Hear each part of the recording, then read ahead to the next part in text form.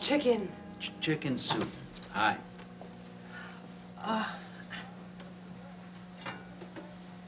Honey, aren't you good? From scratch? From the deli. Oh. Ryan is down for the night. At this hour? Is she okay? Yeah, she had a long day with your family. She was tired.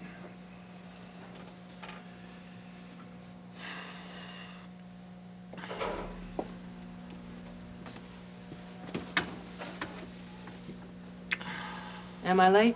No, I don't even know what time it is myself. Ah, you've got a deadline in the morning. No, I don't, I'm happy to say. How was the show? Ryan and I got stuck in the subway. We missed you. Oh, it went pretty good, I guess. Thatcher only gave me 2 pages of notes. What a great position that guy's in. Because he can tell me what to do?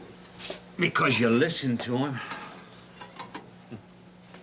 Well, not that you don't to me. I didn't mean that personally. You meant something.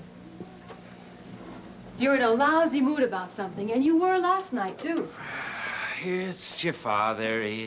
Greatest joy in life is baiting me, and I'm damn sick and tired of it, that's all. What happened? Nothing much. I just went to pick up Ryan, and he starts needling and hassling me till we get into a full-fledged argument, at which point, of course, he's in heaven, and I could break his neck. Honey, I'm sorry. Ma said he was so happy about our trip, too. What set him off? What trip? To Ireland. He didn't tell you. Of course not. We wouldn't argue about that. To Ireland, when? Day after tomorrow. Assuming her reservation's confirmed. She's going back to Skibbereen with Aunt Annie for a couple of weeks. She called me at work, all excited, hoping we could manage the babysitting without her. Isn't it a terrific idea? It sure is. It proves once again that your mother is the brains in the family. Actually, Daw thought of it. Yeah. Poor Jack. Tell me about the fight. Something to do with politics? About your sister, basically. Uh-huh. And, were you pro or con?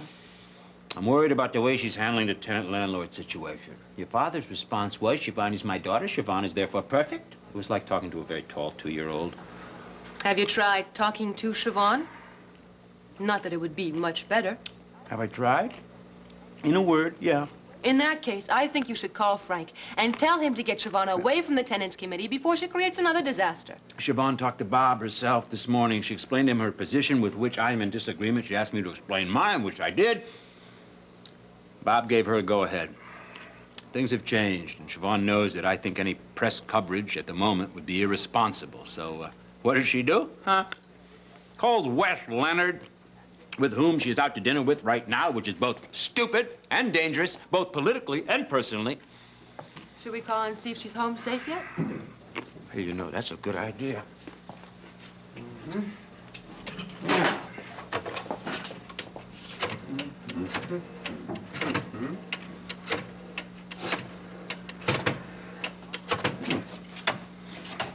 Kevin, Siobhan around? Well, maybe she's upstairs. No, no message. Good night.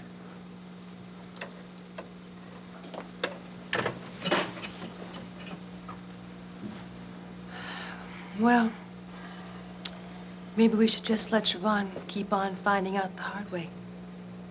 She's good at landing on her feet. I don't like it. Damn it, Finelli, I don't like this. It's been my sister in a rent strike for a week now, and I've had enough of it. I come home to you, not Siobhan.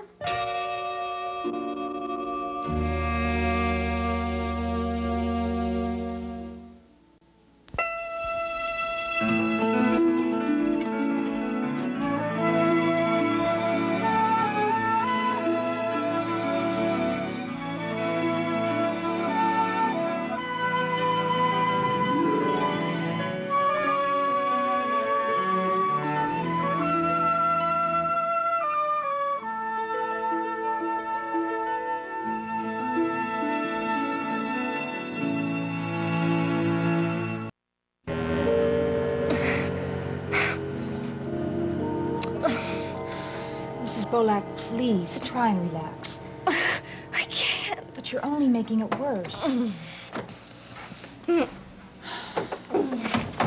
The pain is so bad, she's tensing all of her muscles. And I can't give her medication for another 2 hours. Okay, thanks. Roger.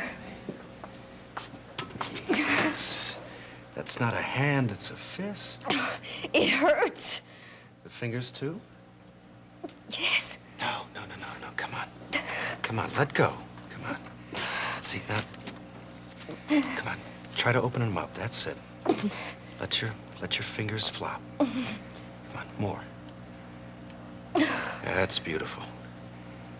Now stop holding your breath. You don't know. Look, I know that you're turning into one big muscle spasm, and I know that you can stop it. Now, you had a shot for pain 2 hours ago, and it's still effective. Now, just try not to think. And tell me. It's very nice. It's better. I didn't realize. I just kept thinking about... Easy, easy. Try to tell me. About Edmund. And how it happened. We figured it was a short circuit that ignited the propane tank outside of the kitchen. There was nothing that you could have done to prevent it. I wasn't far. 40 feet where the fence starts. The explosion, I didn't see it, but I felt it, and I heard it, and I ran, and I... Honey, you couldn't have saved him. It happened instantly. I need to explain that Everyone understands. to Frank. I told him I'd take care of Edmund. You did. And Frank understands that. No. I told him that I could take better care of him than he could. And now Roger, please, let me talk to Frank. Frank doesn't need an explanation. He doesn't blame you. Look, he's in Washington, and you can talk with him longer when you're feeling better. Washington. I think I tried to call him.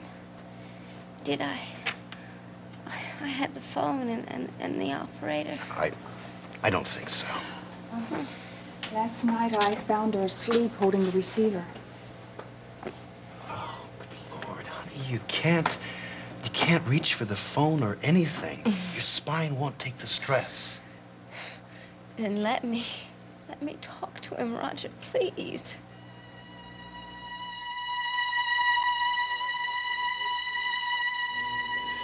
All right, naturalization, special circumstances. Let's see where Tom fits in here.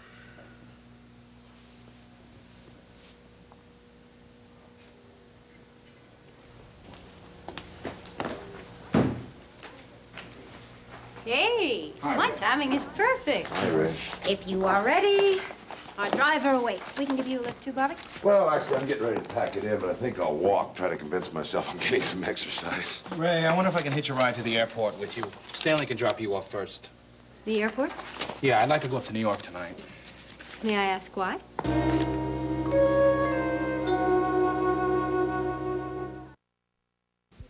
Sure, you can ask why. I have business in New York. You don't mean the tax meeting? The conference. I did say there was an outside chance I'd attend.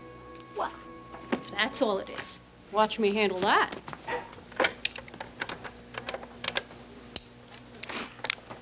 Loretta, it's Mrs. Woodard. I'm so glad you're still here. Listen, I want you to call Calvin Williams and tell him that the senator cannot make tonight's conference. That's right. And be very sincere about it. Right. Okay, goodbye.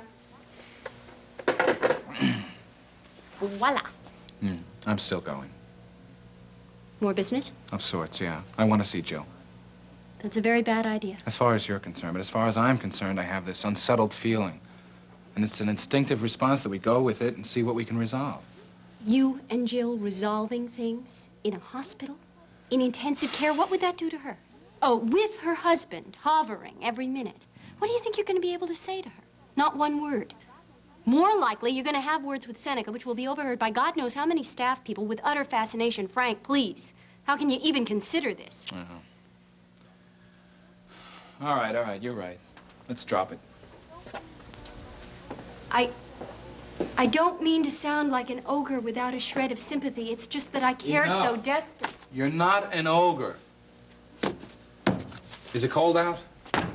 Not very. I know how painful everything is. About Tom and the immigration thing, I couldn't get to it today. My head's just not into it. Oh, yeah, sure. Listen, I'll fill you in on Ethel and Lieutenant's meeting tomorrow. Nothing we can't handle till the end. Okay. Darling, that unsettled feeling is Edna. Yeah, We'll talk about it in the car. No, I have a great urge to walk. That's your fault, Bobby. You don't mind, do you? Walking, well, Sure. All right. I won't be long. Bob, you want me to hold the elevator? Yeah, let me get my coat here. would you please stay? I completely forgot. I need a name list. Forgot all about it. Bob can help me. Are you sure? Yeah, no problem. I'll see you tomorrow morning. Try to get 8 hours sleep, okay?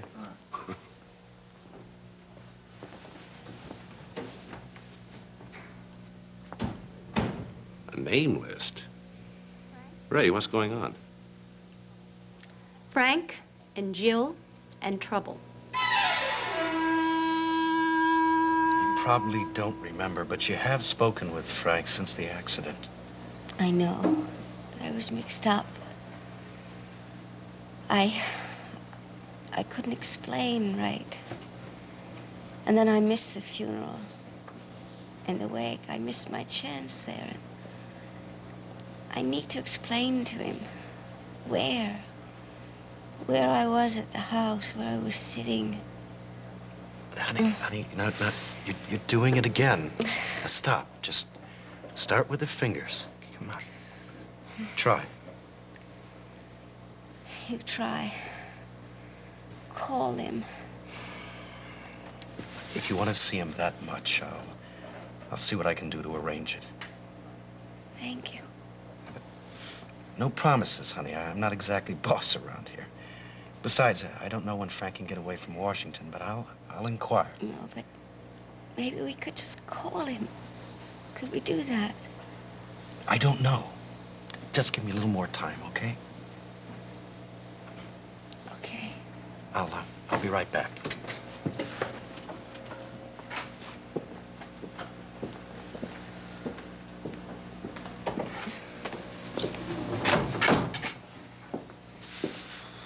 Any change? No, but I think we can help the pain. It doesn't have anything to do with drugs.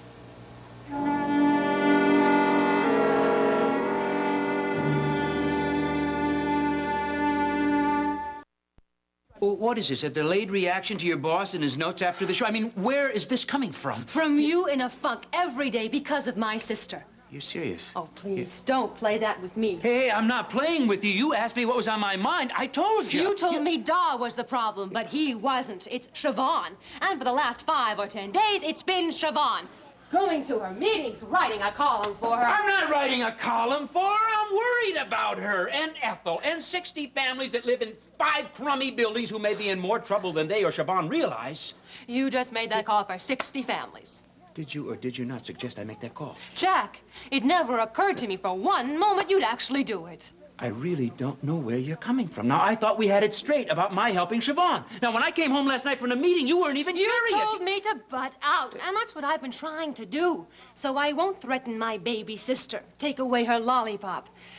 She invited you, not me. Okay, but I'm not about to hand you over body and soul. I should let her wreck your mood in our evenings and prevent us from communicating about anything but her going after Wolf and Wolf's clothing, about which I care not at all, seeing that Siobhan adores wolves. Wes Leonard.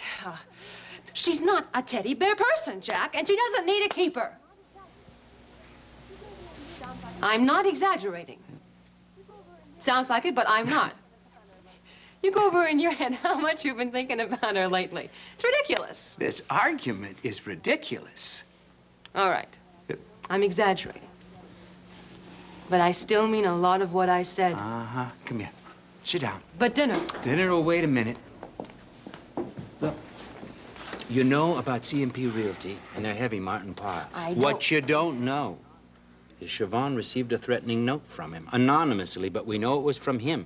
And Ethel Green's been mugged. Now, she's okay. But it seems to me that the folks at C&P Realty are so sure of themselves that they'll mess around with the sister and the official representative of a United States senator. Well, I'm sorry. I can see now why you're so upset. Well, if I only knew a little bit more about C&P Realty. And the quickest way to do that... The Sing Sing halfback. You got it.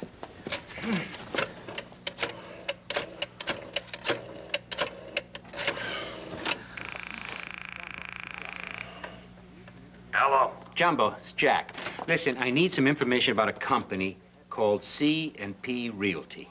And there's a heavy sits in the office. His name's Martin Pyle. Yeah? Tell him I said love. I heard that. Kiss the both of them for me, and I'll call you tomorrow. Thank you, Jumbo.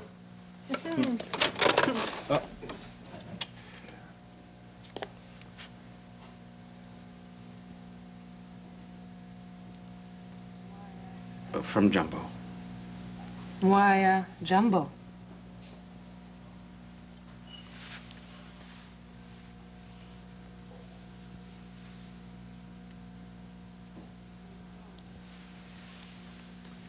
I'm sorry I got mad.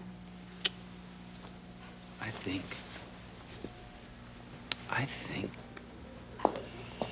think we should have a late dinner.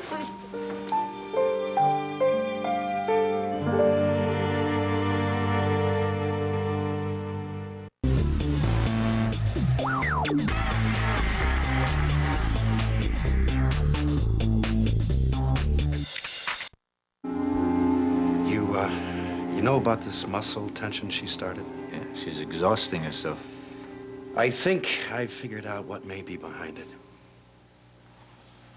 Guilt? Grief? Of course, but more specifically, she has a tremendous need to explain that she didn't abandon or neglect Edmund, that she simply went outside to sit in the sand, that she wasn't a bad mother. Which of us doesn't know that? She's afraid Frank doesn't. She wants to see him and say her piece. Now, until that's done, I think she's going to stay wound up. I mean, at least that's my hunch. Interesting.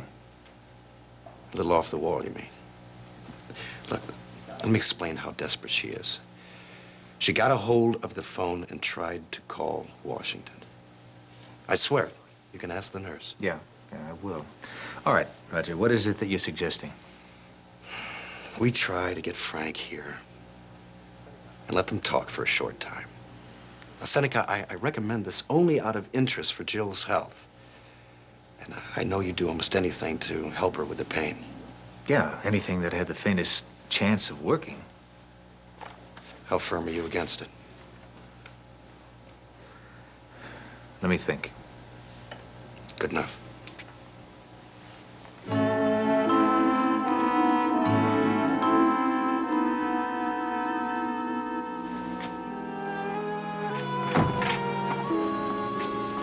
But she is more relaxed now. I think she's falling asleep. Mm-hmm. Listen, I'm gonna stay here for a few hours. Take your break anytime you want. And when you leave, you better take the phone with you, so the idea doesn't even come into her head again.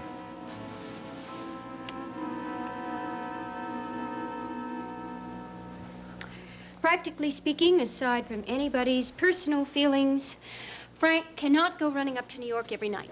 Obviously. Well, it's not obvious to him. Ray, why don't you give him a week? And what is going to happen to this office while the senator drifts for a week or two? He is a new man from a major state. Everybody is watching him. He should be here in Washington, breaking ground, making contacts. Bob, he belongs here 24 hours a day. Ray, what am I going to do? Tie him down? I mean, if he goes to New York, he goes. But you do agree that he shouldn't? Yeah, in theory, yeah. All right, good. Then you can help keep him here, and not by tying him down, but by reminding him of his workload, which is you... Ray, now just stop it right there. I have reminded him 20 times today, and like he said, he couldn't get his head into it. I mean, he's lost a kid he's not going to be able to mourn for in public. He loves Jill. He's got to keep that private, too. I mean, I'm sorry, Ray, that's just the way it is. His life is in a mess right now, and he's got to try to work some way out of it. Well, if that way turns out to be self-destructive, will you step in? Of course I would. I want him to dig in here just as much as you do, Ray. I'm not going to encourage him to go up to New York. All right. Good. I guess that's what I really wanted to hear.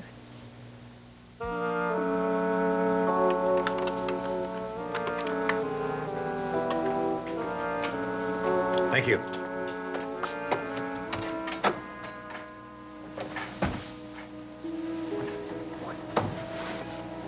Frank.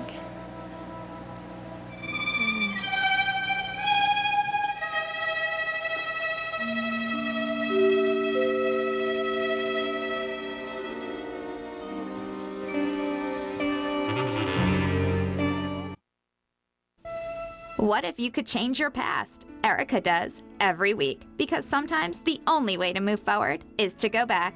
A new original primetime drama, Being Erica, Thursdays at 10 on SoapNet.